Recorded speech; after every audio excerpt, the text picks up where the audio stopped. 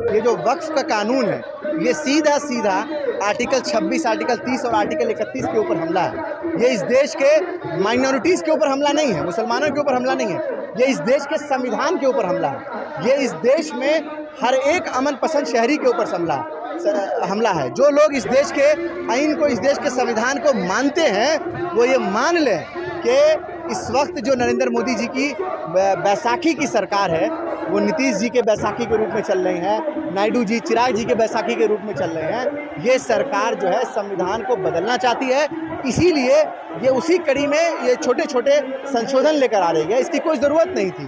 DM के पास लाखों file पहले से पड़ी हुई है जिसको वो उनके पास देखने का समय नहीं है, धूले चाट रही है। वक्फ एक इंडिपेंडेंट बॉडी थी जिसके अंदर सरकार के द्वारा लोग ही अपॉइंटेड सब चीज़ों को वेरीफाई करते थे। लेकिन आज की जो आज जो वक्फ बिल जो पास हुआ है इसके अंदर सारी चीज़ें आप डीएम के हाथ में दे दी हैं। डीएम राज्य सरकार के द्वारा अपॉइंटेड होता है, उसको सरकार के मंत्री, सरकार के विधायक या मुख्यमंत्री अगर कुछ कहेंगे तो वो सारी चीज़ों को गड़बड़ करने के लिए सक्षम है। तो कहीं ना कहीं डीएम को आपने एम्पावर करके वक्फ की अहमियत को घटाने का काम किया है।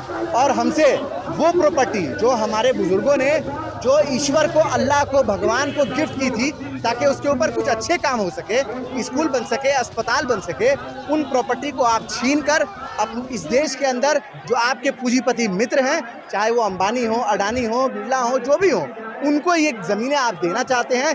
इसीलिए इस तरह के कानून को लाया गया। आप क्या चाहते हैं? आप कहते हैं कि कमेटी बना दो और आप कहते हैं उस कमेटी के अंदर जो भी लोकल कमेटी है, वक्फ की जो बोर्ड है, उसमें चाहते हैं कि आप दूसरे बिरादरी, दूसरे समाज के लोगों को जोड़ने का काम करना चाहते हैं। ये कौन सा हक है? क्या कानून सबके लिए बराबर होना चाहिए कि नहीं? एक तरफ हिंदू ट्रस्ट भी है, एक तरफ जैन ट्रस्ट भी है, सिख ट्रस्ट भी है, क्रिश्चियंस का भी एक चर्चेज हैं। तो क्या सब जगह दूसरे कम्युनिटी के लोग उसके मेंबर बनते हैं क्या? आप उसमें दो मेंबर ज्वाइन कराना चाहते हैं। कहीं हिंदुस्तान के अंदर वक्फ बोर्ड के नाम की कोई चीज़ नहीं है।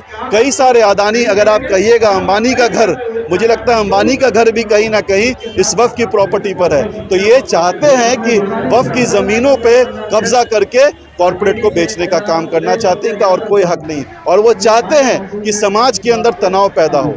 आरएसएस और बीजेपी की क्या मंशा है? वो चाहते हैं जब मस्जिदें हैं, कब्रिस्तान है, मदरसा है, और क्या बना हुआ है इसके अंदर? आप कहते हैं इसका मुनाफा दिखाइए। वो कहाँ से मुनाफा दिखाएगी? वो तो मदरसा कहीं ना कहीं किसी के कंट्रीब्यूशन से चलता है। लेकिन ये इस काला कानून को जबरन कॉन्स्टिट्यूशन की धज्जियां उड़ाते हुए आपने इस कानून को पास करा लिया।